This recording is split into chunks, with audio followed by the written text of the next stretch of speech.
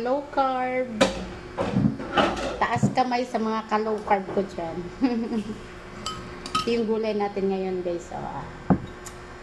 Ano siya? Sayote, broccoli, okra, at saka talong. With pork.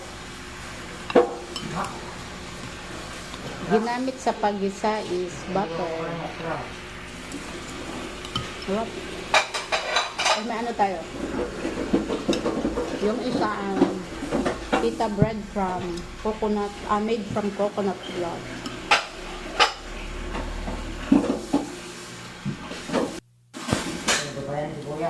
Kain tayo guys. Meron ko.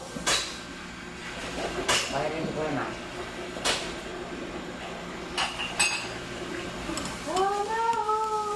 10 months na ako na straight na no rice. Dating 68 kilos yung timbang ko. Tapos ngayon 56. Nag-54 na ako before then. Mga 3 months after nung nagda-diet ako, nag-54 kilos ako. Tapos yun, umakyat na naman konti kasi medyo napabayaan.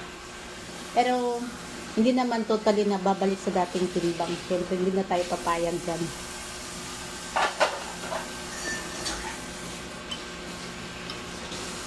Nagtawa magbugas. Pero never talaga ako nagra-rice since November 2, 2023, last year.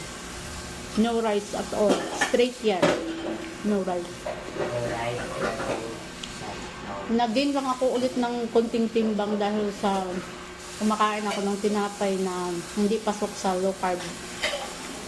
Tinapay, mga biscuits, yun. Hindi kasi yan pwede sa low carb yun. Pag mag-strict low carb ka, bawal yun. Pwede tayo sa tinapay, pero almond at saka coconut.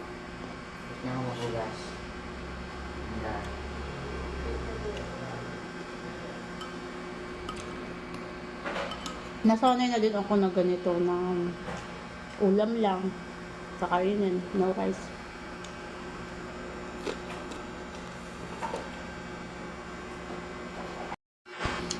Paano nga ba magbawas ng timbang? Siyempre, magbawas ka din ng pagkain mo. Especially, magbawas ka ng food intake sa mga high carb na pagkain.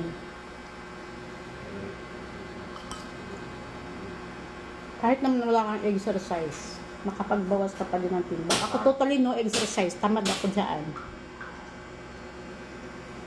No exercise yung diet ko. Kapag kain lang talaga ako, nagluless ako ng pagkain. Nagluless ako ng high carb. So, tips dyan para sa mga gustong pumayat o gusto magbawas ng timbang.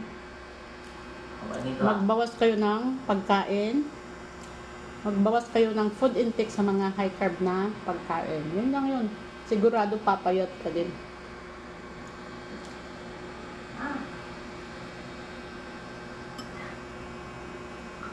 Masarap din tong pita bread na made from coconut flour. Masarap din. So, minsan nag-uumad ako 1 meal a day. At minsan naman nagtitimag 2 meal a day.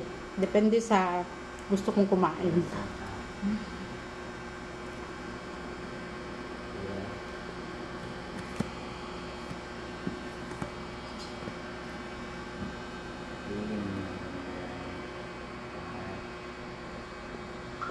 So, yun lang po. Thank you for watching.